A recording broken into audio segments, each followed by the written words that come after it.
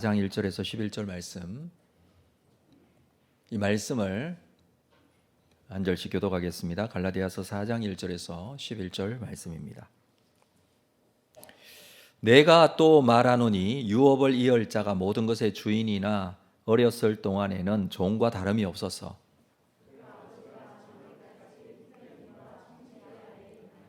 이와 같이 우리도 어렸을 때에 이 세상의 초등 학문 아래에 있어서 종 노릇하였더니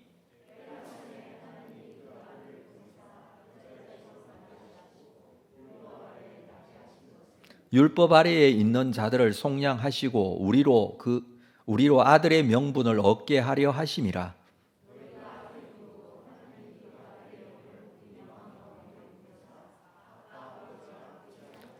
그러므로 내가 이 후로는 종이 아니요 아들이니 아들이면 하나님으로 말미암아 유업을 받을 자니라.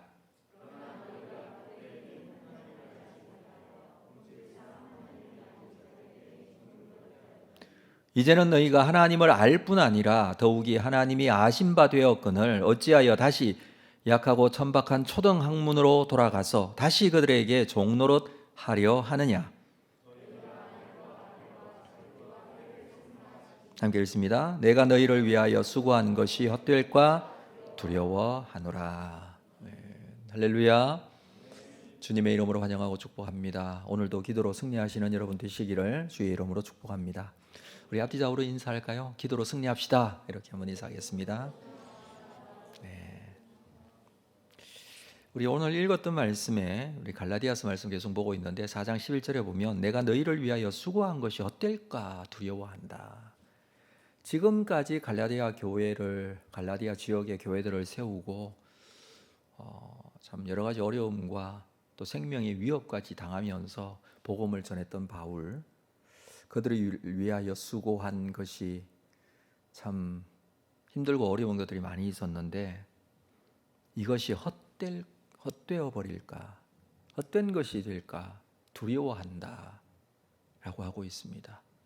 복음으로, 말씀으로, 참 진리로 세워진 교회, 잘못된 가르침으로 인하여 잘못된 신학사상과 그리고 거짓 교사들의 이 가르침이 혹시 가지고 있었던 올바른 신앙을 무너지게 하는 것이 되지 않을까 두려워하고 있다는 것이죠. 그만큼 갈라디아 교회 지역에 있었던 여러 어려움들이 좀 심각한 문제였습니다. 계속해서 율법과 복음의 관계를 설명을 하고 있습니다. 갈라디아서 전체의 주제이기도 하죠. 율법과 복음의 관계. 1차 전도 여행 시에 복음을 전하고 세운 갈라디아 지역의 교회들, 이 교회들의 바울이 복음을 전하고 지나온 이후에 이 교회들에게 유대주의자들이 들어가 구원받기 위해서는 율법과 할례도 받아야 된다라고 주장을 했습니다. 이로 인해 갈라디아 교회 성도들이 혼란스러워서 그러면 바울이 전한 복음은 잘못된 것인가? 그렇다면 바울은 올바른 사도가 아닌가? 이런 의구심도 가지게 된 것입니다.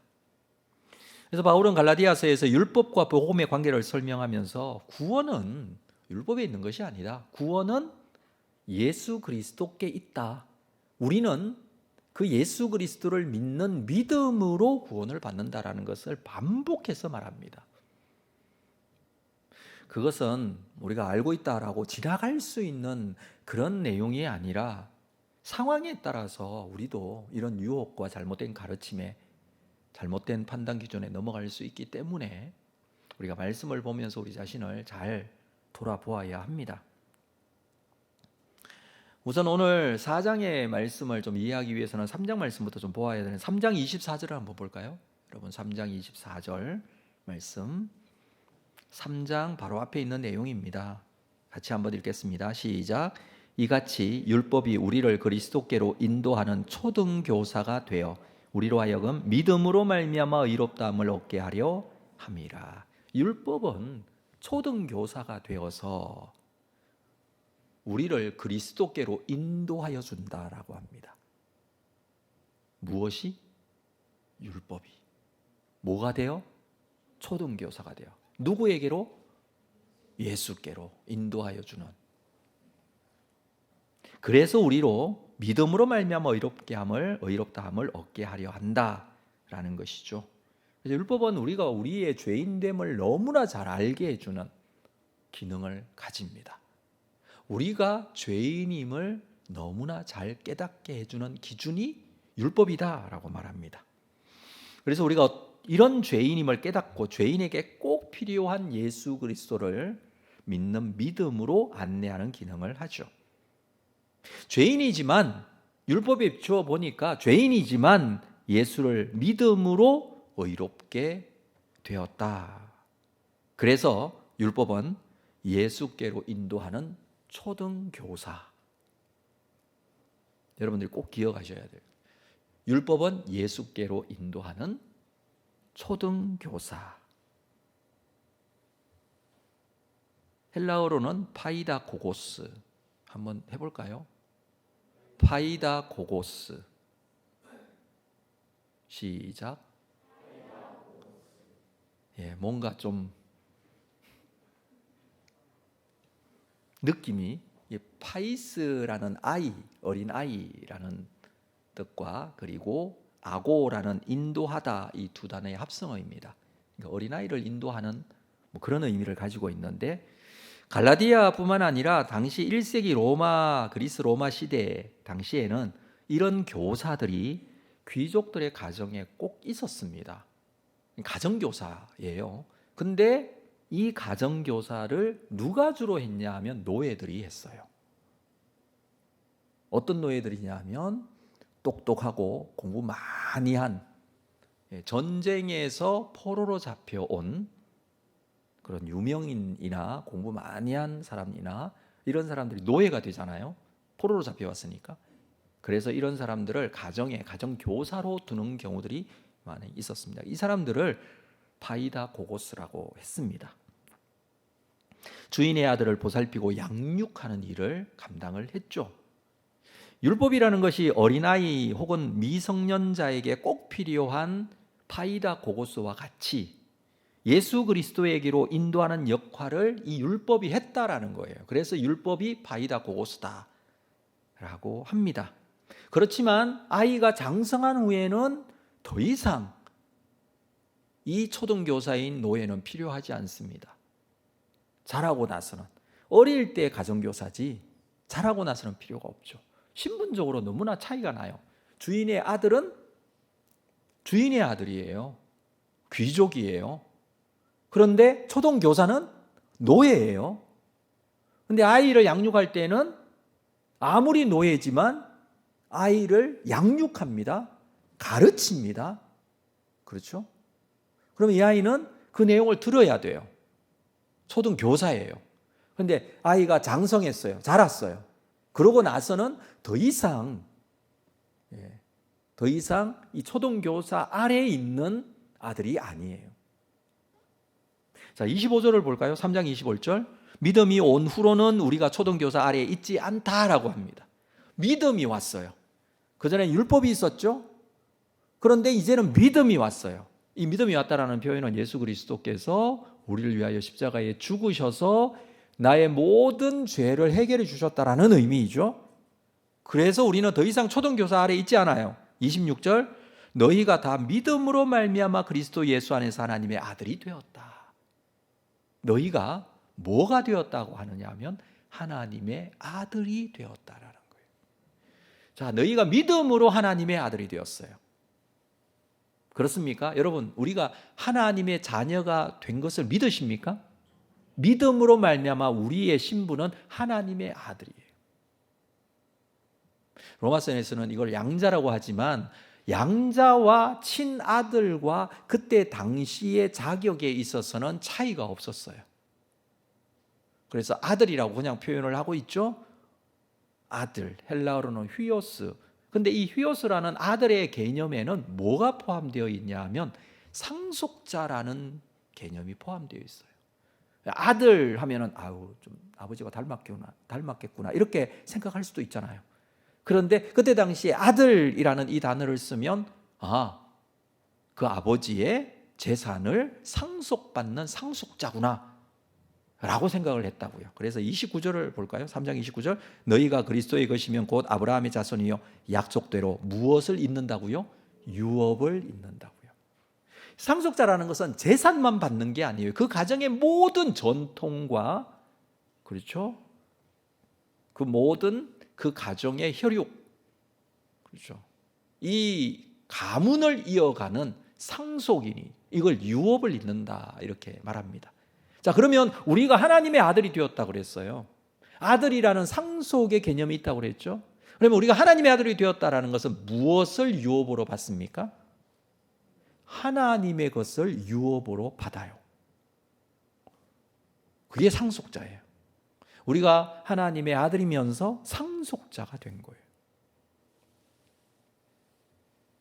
그러면서 4장에 와서는 율법의 한시성, 일시적으로 필요하다는 것이죠. 율법의 한시성을 설명하기 위해서 사회적 관습의 예를 하나 더 듭니다. 자, 1절, 오늘 본문 1절 볼까요? 내가 또 말하노니 유업을 이을 자가 모든 것의 주인이나 어렸을 동안에는 종과 다름이 없어서. 어릴 때는 종과 다름이 없다 그랬죠. 2절, 그 아버지가 정한 때까지 누구 아래에 있다고요? 후견인과 청지기 아래에 있나니. 자, 아들의 이야기를 또 하고 있어요. 근데 이 아들이 어릴 때는 종과 같다라고 표현을 합니다. 어렸을 동안에는 종과 다름이 없다. 왜냐하면 후견인이나 청지기 아래에 있기 때문에. 이 후견인, 청지기도 마찬가지예요.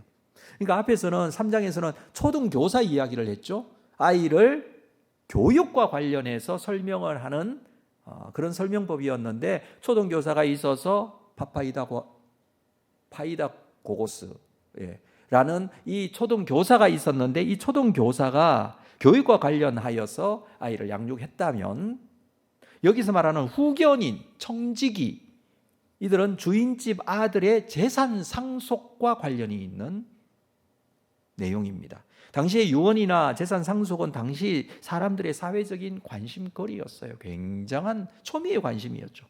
아버지가 일찍 돌아가셨어요. 그러면 그 아들이 상속자가 되기 때문에 그 모든 재산이 아들에게서 넘어가죠. 그러나 아이가 너무 어려요. 아직 이제 돌 지났어요. 그럼 어떻게 돼요? 그때 필요한 것이 후견인이나 청직이에요. 이 사람들도 주로 노예였어요. 그래서 귀족의 집안에는 뭐 집사라는 표현으로 그 집의 재산을 관리하는 사람들이 있었는데, 만약에 주인이 일찍 죽었거나 재산을 이렇게 행사할 수 없을 때에는 그 아들이 어릴 때에는 후견인과 청지기가 관리를 해줘요. 그러면 그 후견인과 청지기 아래에 그 아들 상속자가 있는 것 같이, 지금은 형식이 그래요. 아이가 자라나기 전까지는. 물론 상속자이기 때문에 그 아이의 것이어도 아이가 마음대로 그것을 뭐 이렇게 할 수 있는 나이도 아니고 아직 어려서 모르기도 하고, 그럴 때 이 대행인이 바로 후견인, 청지기, 지금 이렇게 표현을 하고 있다는 것입니다. 그것이 그때 당시의 관습이었어요. 그래서 이 아이가 어릴 때는 종과 다름이 없다라고 표현을 합니다. 아들이어서 상속자지만 지금은 상속을 받지 못한 상태와 같이 아직 미성년자이기에 그렇기도 합니다. 그러나 그건 언제까지냐 하면 아버지가 정하신 때까지. 그때까지 후견인과 청지기 아래에 있는 것과 같습니다. 이때에는 종과 다름이 없다 이렇게 표현을 하고 있죠. 그러나 성장하여 종이 아니라 진정한 상속인이 되는 것입니다. 자, 그래서 3절 말씀을 같이 한번 읽어볼까요? 자, 3절 중요한 구절인데 한번 읽겠습니다. 시작. 이와 같이 우리도 어렸을 때에 이 세상의 초등학문 아래에 있어서 종노릇. 예를 들고 있는 것이죠. 한 집안에 후견인 청지기가 있는 것과 같이, 후견인 청지기가 있을 때는 아들이 꼭 종인 것 같은데, 근데 나중에 이 아이가 자라나면 상속인이 된다. 마찬가지로 3절에서 우리도 어렸을 때 이 세상의 초등학문 아래에 있었다. 그래서 종노릇했다 라고 합니다. 이 세상의 초등학문이 뭘까요? 이 세상의 초등학문이 뭘까요? 이 세상의 초등학문. 물론 이것은 바울이 지금 율법도 이 세상의 초등학문이라고 합니다. 뿐만 아니라 이 세상의 것, 이 세상의 초등학문이라고 해서 복음 이외의 다른 것들, 여러분 굉장히 많습니다. 이 세상의 정신과 이 세상의 세계관, 이방인들이 우상을 섬기고 다른 신을 섬기고 나름대로의 철학과 가르침을 따라 사는 동안 유대인들은 율법 아래에 살았어요. 이 모든 거 다 포함했어요. 나름대로의 시대 정신과 사상과 철학과 우상과 섬기는 신과 심지어는 율법까지도 뭐라고 말하고 있냐면 이 세상의 초등학문이라고 합니다.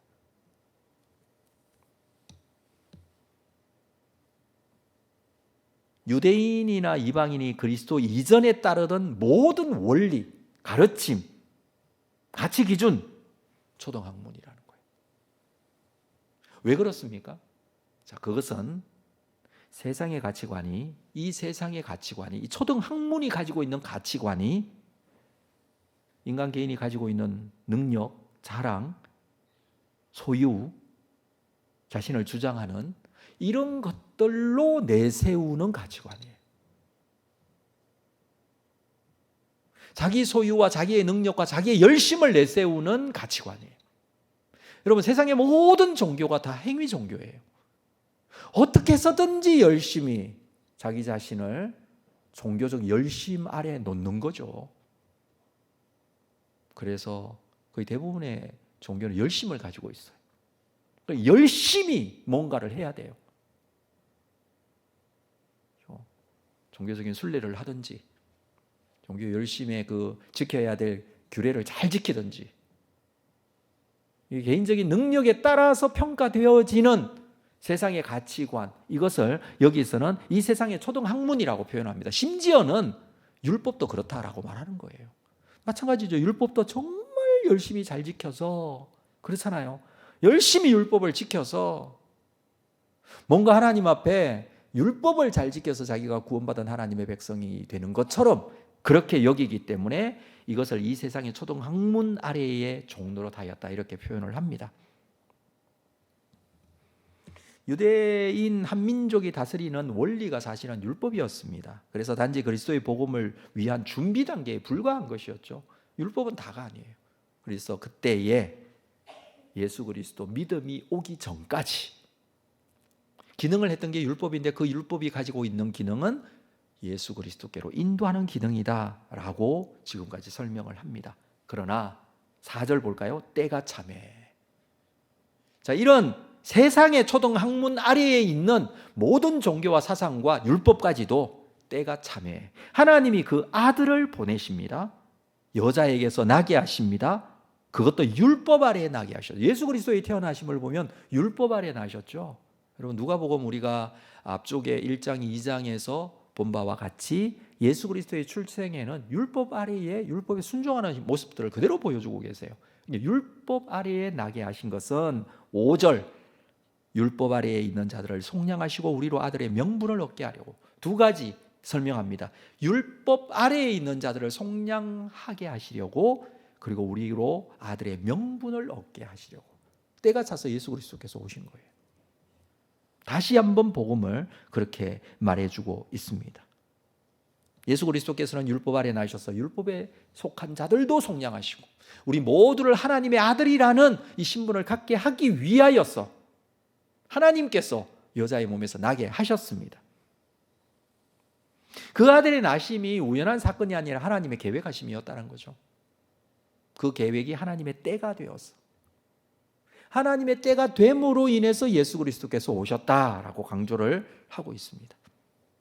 자, 그래서 갈라디아 교회 성도들에게 이렇게 말합니다. 6절 말씀, 너희가 아들이므로 하나님이 그 아들의 영을 우리 마음 가운데 보내사 아빠 아버지라 부르게 하셨느니라. 너희가 아들이라고 합니다. 아들이면 아버지를 아빠라고 부르죠. 그렇죠? 아빠, 아버지라 부르게 하셨다. 그리스도의 그 아들의 영을 마음 가운데 보내주셔서 성령이 임하면 하나님을 아빠, 아버지라고 부릅니다. 아버지, 그러니까 아들이 된 거죠. 자녀가 된 거죠. 자녀로서의 분명한 신분을 여기서 강조해 주고 있습니다. 3장 26절에서 우리가 살폈습니다만 믿음으로 말미암아 그리스도 예수 안에서 하나님의 아들이 되었다고 이미 말을 했어요. 하나님의 아들이 된 것은 믿음으로 말미암아 된 거예요. 원래는 하나님의 아들은 독생하신 예수 그리스도밖에 없어요. 우리는 누구의 아들이에요? 진노의 아들이고 사탄의 아들이에요. 왜냐하면 죄인이기 때문에 그래요. 죄인이 하나님의 아들은 될 수 없어요. 근데 죄인이었던 우리, 하나님의 아들이 아니었던 우리, 독생자 하나님의 아들 한 분 그리스도 예수 그리스도, 그분이 우리의 죄를 사하시고 우리를 이 사탄 마귀의 아들, 죄의 아들에서 하나님의 아들로 믿는 자가 가지게 될 이 놀라운 은혜와 축복을 허락하여 주셔서 우리는 하나님의 아들이 된 거예요. 신분이 완전히 바뀐 것이죠. 이 사실이 내 속에서 역사하시는 성령의 능력으로 말미암아 그 아들의 영을 우리 마음 가운데 보내주셔서 하나님을 아빠라고 부르는 거예요. 여러분 맞습니까? 하나님을 아빠라고 불러보셨나요? 생각해보니까 저는 못 불러본 것 같아요. 왜냐하면 저는 아버지를 아버지라고 불렀지 아빠라고 부르지는 않았거든요. 여러분 한번 불러보세요. 아빠라고 오늘 기도하실 때 아빠라고 한번 해보세요. 하나님은 아버지예요. 저도 아버지라는 이름이 익숙해서 아버지라고 불렀지만 오늘은 아빠라고 한번 해보려고 합니다. 더 실감이 있지 않을까 모르겠습니다. 불러본 적이 없기 때문에. 제가 이 말씀을 드리는 이유는요, 하나님은 우리의 아빠, 아버지가 되십니다. 우리는 그분의 아들이에요. 이 신분을 잊지 말아야 합니다. 그래서 7절 그러므로 네가 이후로는 종이 아니요 아들이라고 합니다. 종처럼 자유가 없는 노예의 신분이 아니라 아들이어서 자유인이다 라고 말합니다. 아들이면 하나님으로 말미암아 유업을 받을 자라고 합니다. 상속자라는 것이죠. 어디에 대한 상속자? 하나님의 소유에 대한 상속자. 저는 이것을 하늘나라라고 생각을 해요. 거기에 다 포함이 되어 있어요. 우리는 이 정체성을 놓치지 말아야 돼요. 오늘 우리가 가져야 될 두 가지 정체성은 하나님의 아들, 두 번째 상속자라는 거예요. 사랑하는 성도 여러분, 힘들고 지쳐 우리가 처음 찬양한 게 이 내용이었죠. 너는 내 아들이라는 찬양을 오늘 금요기도의 찬양 처음으로 했는데, 힘들고 지쳐 있을 그때에 가져야 될 분명한 정체성은 하나님의 아들이라는 거예요. 세상에 너무 지쳐 있을 때에 이 사실을 우리는 놓치지 말아야 돼요. 하늘의 상속자라는 사실을 잊지 말아야 돼요. 하나님께서 유업으로 주십니다. 그러나 자 8절 볼까요? 너희가 그때에는 하나님을 알지 못하여 본질상 하나님이 아닌 자들에게 종노릇 하였다. 하나님이 아닌 자들에게 종노릇 하였다. 그때 너희가 지금 갈라디아 교회 성도들이잖아요. 갈라디아 교회 성도들에게 지금 말하는 거예요. 그때가 언제예요? 그때 믿지 않았을 때, 믿기 전에, 하나님을 알지 못할 때에 본질상 하나님이 아닌 자들에게 종노릇 하였다. 이전의 상태를 말합니다. 여러분 1세기 그리스 로마 시대에 도시마다 민족마다 종교가 삶의 모든 구석구석에 얼마나 많이 스며들어 있었습니까? 요즘과 같이 나는 무신론자다 이런 사람은 없었어요. 무슨 종교를 가지든지 무슨 우상을 믿든지 다 믿었어요. 그들이 조상 때부터 섬겨왔던 그 신들의 노예로, 종으로 살았던 그런 시대의 사람들입니다. 여러분 그 사도행전 14장에 보면 바울과 바나바가 루스드라에 가서 전도를 할 때에 나면서부터 걷지 못하는 사람이 있어서 바울이 복음을 선포하고 일어나 걷게 하죠. 그 사건 때문에 사람들이 난리가 났어요. 신이 내려오셨다 그러면서 바나바를 제우스라고 하고 바울을 보고 헤르메스라고 하고, 자기들이 믿는 신들이거든요.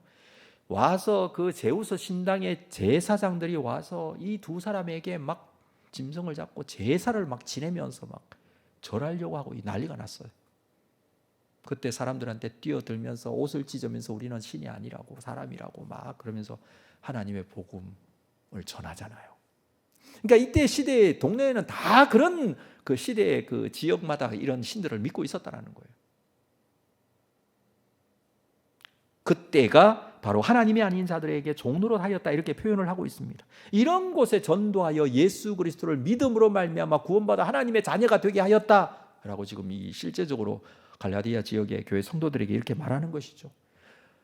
우상을 섬기던 너희들이 이제 하나님을 믿고 예수 그리스도 앞에 구원받은 하나님의 자녀가 되었다. 이제는 어떻게 되었습니까? 9절, 이제는 너희가 하나님을 알 뿐 아니라 더욱이 하나님이 아신 바 되었거늘 어찌하여 다시 약하고 천박한 초등학문으로 돌아가서 다시 그들에게 종노릇 하려 하느냐. 다시 돌아가려고 하느냐. 무엇으로? 천박한 초등학문. 여러분, 천박한 초등학문, 초등학문이라는 이 표현은 스토이케이온이라는 것인데요. 이것은 그때 당시에 보편적으로 가지고 있던 종교심을 말하는 것이거든요. 앞에서도 잠깐 그 언급을 했습니다만 이 세상의 초등학문은 뭐였습니까? 이 세상의 초등학문, 사람들이 믿는 자기 행위, 자기 열심, 자기의 것으로 구원받고 뭔가 신적인 은혜를 입고자 하고 천국에 가고자 하는 그런 종교와 사상과 열심들을 다 이 세상의 초등학문이라고 그랬어요. 마찬가지로 여기서는 천박한 초등학문이라고 그래요. 어느 종교에서 여러분 대신 죽어서 은혜로 구원받게 하는 종교가 있습니까? 없어요. 다 자기 열심, 자기 노력, 자기 행위예요. 행위로 구원받게 되어 있어요. 천박한 초등학문이라고 표현을 해주고 있습니다. 근데 지금 와서 왜 거기로 돌아가려고 하느냐? 지금 와서 왜 자기 열심으로 율법을 주장하고 할례를 주장하는 그들의 주장에 넘어가서 이것이 옳은 복음이라고 생각하고 그걸로 자꾸 따라가려고 하느냐라는 거예요. 율법도 초등학문과 같다고 지금 강조를 했어요. 그리스도의 복음을 듣고 믿어 하나님의 자녀가 되었는데 자꾸 이 할례와 율법 아래 들어가려고 하느냐. 인간이 가지고 있는 개인적인 열심을 믿는 옛 천박한 초등학문으로 돌아가려고 하느냐. 10절 너희가 날과 달과 절기와 해를 삼가 지키니, 이 지킨다라는 것은 현재 진행형, 율법으로 볼 때는 문법으로 볼 때는 현재 진행형인데 지금도 지키고 있다는 거예요. 그러니까 날과 달과 절기와 해, 이것은 아마 이 갈라디아 지역의 사람들이 유대인들의 달력에 따른 각종 의식, 기념일 이런 것들을 지키고 있는 것으로 보여요. 그러니까 이미 이 사람들이 믿음 깊은 곳까지 신앙생활을 하고 있던 사람들인데 그 말이죠. 그래서 11절 내가 너희를 위하여 수고한 것이 헛될까 두려워하노라. 자, 우리는 오늘 본문에서 바울이 지금 강조하고 있는 하나님의 자녀인 성도와 율법의 관계를 정확하게 하고 넘어가야 돼요.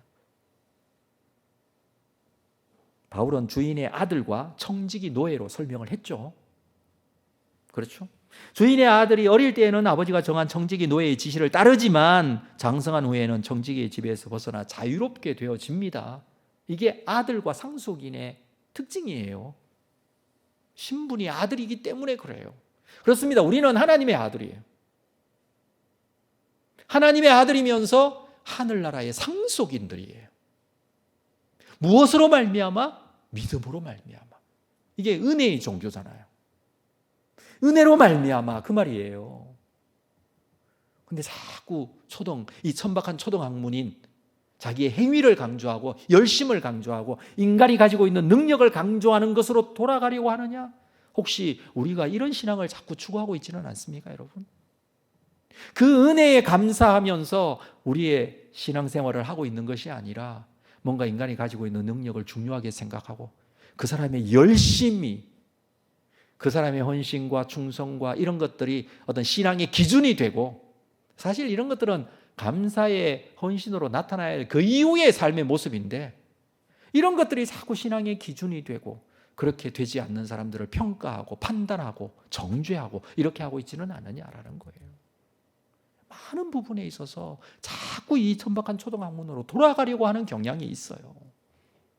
뭔가 율법적인 행위가 너무 중요한 것처럼 여겨질 때가 있다고요. 다시 복음으로 서야 합니다. 우리 자신을 다시 진정한 은혜의 복음 앞에 세워야 합니다. 그렇지 않으면 다시 돌아가요. 잘못된 복음 위에 세워져요. 언뜻 보기에는 바울이 강조하는 거나 유대주의자들이 말하는 거나 크게 다르지 않다라고 생각할 수 있습니다. 여전히 뭐 예수를 믿고 예배 드리고 신앙생활하고 교회 와서 헌금도 하고 봉사도 하고 다 똑같이 하는데, 근데 그 사이 중심 가운데 딱 들어가 보면 엄청난 차이가 있어요. 복음이 잘못된 거예요. 사랑하는 성도 여러분, 복음이 왜곡되거나 변질되어서는 안 됩니다. 이거 해야 됩니까? 아니요. 복음만 있으면 돼요. 우리가 해야 될 모든 것들은 무엇의 표현입니까? 복음에 대한 감사와 은혜의 표현일 뿐이에요. 그 표현이 행위를 강조하게 되고, 그 표현이 사람이 가지고 있는 능력을 강조하게 되고, 하나님의 은혜로 평가되어지는 것이 아니라 이 세상의 가치 기준으로 평가되어질 때 복음이 흐려질 수밖에 없습니다. 순수한 복음 위에 우리 자신들을 세우고 다시 한번 나 자신이 진정한 복음 아래 서 있다는 사실을 기억하고, 그렇습니다. 예수 그리스도를 믿는 믿음으로 우리는 하나님의 자녀가 되었습니다. 하늘나라의 상속인이 되었습니다. 이것을 분명히 세우고 정말 힘들고 어려울 때마다 이 사실을 놓치지 않고 하나님 앞에 자신을 세워나가는 여러분들 되시기를 주님의 이름으로 축복합니다. 기도하겠습니다. 하나님 아버지, 오늘도 주신 말씀을 다시 한번 붙듭니다. 하나님의 아들로 하늘의 상속자로서의 신분을 가지고 우리가 여전히 세상의 가치관으로 사는 사람이 되어 있지는 않은지 돌아봅니다. 우리는 하나님의 아들이자 상속자임을 잊지 않게 하시고 우리의 삶이 하나님의 자녀로 살기를 원합니다. 하늘나라의 상속, 우리에게 주어져 있음을 믿게 하여 주시고 이 신분을 놓치지 않고 내가 누구인지를 분명히 알고 이 세상의 종이 아니라 노예가 아니라 개인적인 인간의 열심으로 살아가는 자가 아니라 감사함으로 은혜로 하나님의 아들로 살아갈 수 있도록 우리를 붙잡아 주시옵소서. 오늘도 이 복음 위에 자신을 세웁니다. 오셔서 우리의 기도 가운데 함께 하실 줄로 믿습니다. 예수님의 이름으로 기도합니다. 아멘.